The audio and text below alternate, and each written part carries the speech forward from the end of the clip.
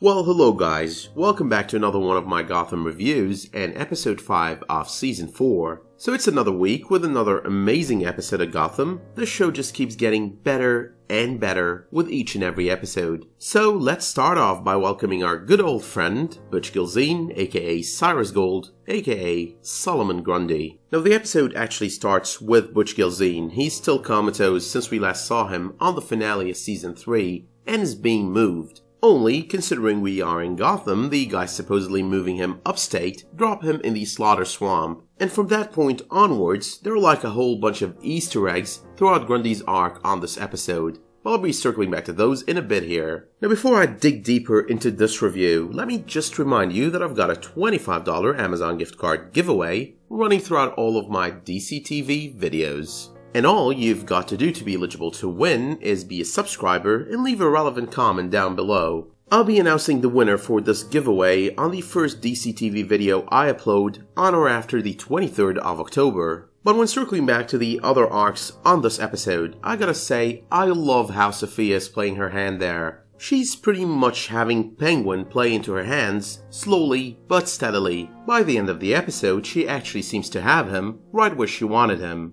And Crystal Reed, the actress portraying Sophia, she just keeps getting more and more into her role with every single episode. Now I can't really say there was one major arc on this episode. The Solomon Grundy arc was on its own quite the major one. However though, with the episode marking the start of the Solomon Grundy arc, bringing in one more of the Batman Rogues Gallery, it also ended the major arc of Ra's al Ghul. Now with the overall arc of the front half of the season being titled A Dark Knight, Ra's al Ghul's reference to Bruce as still playing the White Knight kind of puts things into perspective.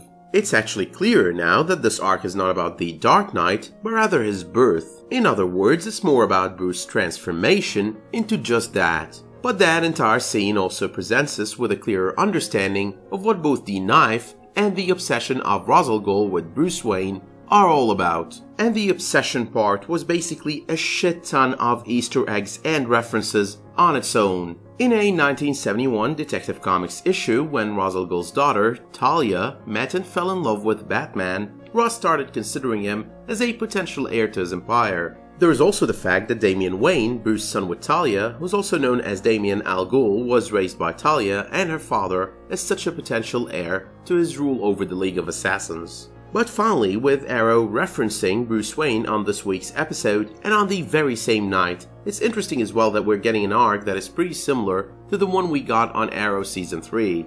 On said season, Arrow's version of Al Ghul thought the same of Oliver Queen, tried forcing him into it, and even married him off to his daughter Nyssa. But just so I'm clear here, I'm just talking about similarities in the concept rather than the actual events. Now as for the dagger, it is the only thing that could kill Ra's al Ghul, and apparently Bruce is the only one who can wield it in order to do so.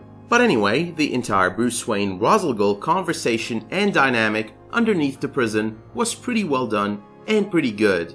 I for one though did not think he'd be dying this fast, or in other words, I didn't think he'd be dying so fast and with such ease. Ra's al Ghul is simply supposed to be one of the bigger villains in the life of Bruce Wayne, so it does kind of feel like this is gonna be my first complaint about Gotham Season 4. The arc of Ra's al Ghul just feels so rushed right now, like they just wanted to wrap it up and get over it quickly. Let's however move on ourselves though. At the very end, Bruce mentions to Alfred that he took the dark path by killing Ra's. And with that statement, Gotham was basically making an announcement. Bruce Wayne has been transformed with this one action from the White Knight that Ra's mentioned to a darker kind of knight. I think as well that it was kind of made pretty clear that we'll be taking a break from the Batman costume for the few episodes to come. Now I'm personally predicting this is gonna be extending for whatever remains of the front half of the season. In the meanwhile, Bruce will be on his own journey of self-discovery and redemption.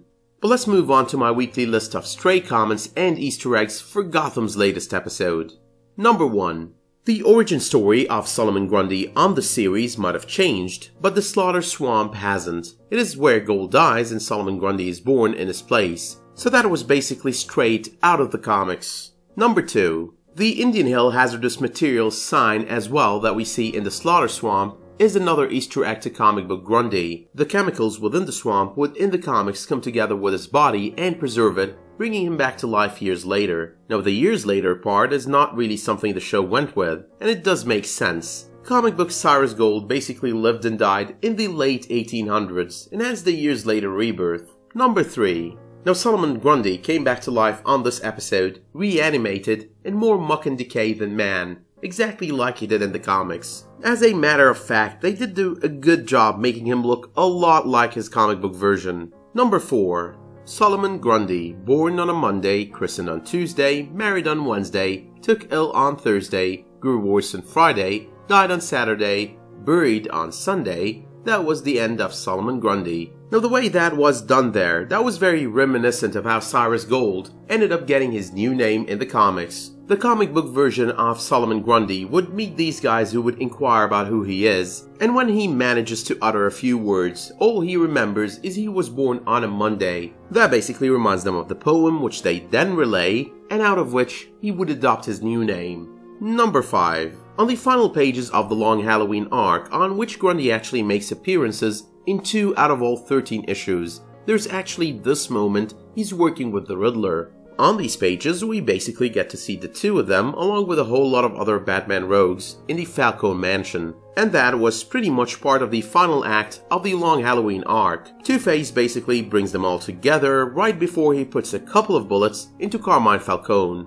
Number 6. Solomon Grundy looking for a friend or wanting a friend is not really new here. As a matter of fact, in the very version we're presented with on the long Halloween arc, he's referred to by Batman as another lost Gotham soul. Now if I remember correctly, it was on the Thanksgiving issue of the long Halloween arc that Batman ended up going back to the sewers where Grundy lives and had Thanksgiving dinner with them. So in a way, Solomon Grundy is really a strange and different kind of villain.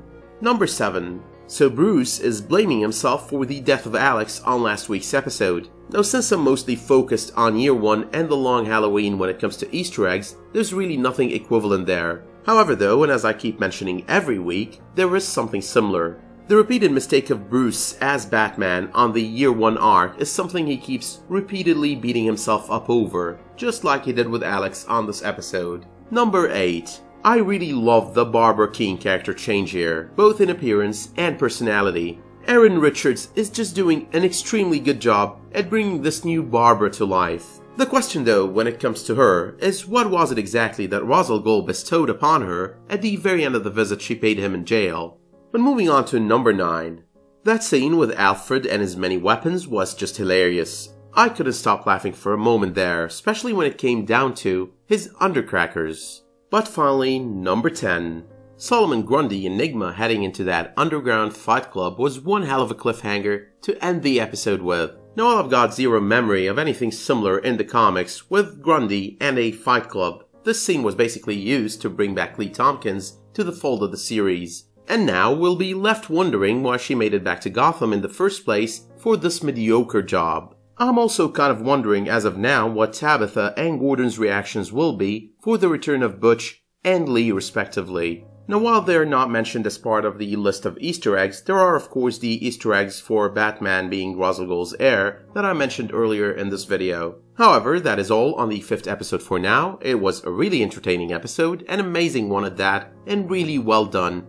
I really love the reintroduction of Cyrus Gold, or Butch Gilzean, or in this case Solomon Grundy. I really loved how it was very true to the comics. I also loved how Sophia Falcone and Barbara Kean are being developed on each and every episode. I guess though, and as I mentioned, the only thing I hated was how short-lived the Ra's al Ghul arc was. But as I just mentioned, that's all on the 5th episode for now. So let me know in the comments what you thought on the 5th episode of Gotham Season 4. What did you think of Solomon Grundy's origin story on the series? Did the return of Butch in his new form feel as exciting as it should be? Do you share my opinion that the development of all the returning from the dead and new characters is really well done and well handled this season? Do you agree with me that the Ra's al Ghul arc was pretty short-lived in comparison to what it should have been? Now you can also let me know if you liked this video by slapping it a much appreciated like. And while you're doing that, you can always subscribe and enable notifications for my future videos as well. And until I see you next time, thank you all for watching and have a good one.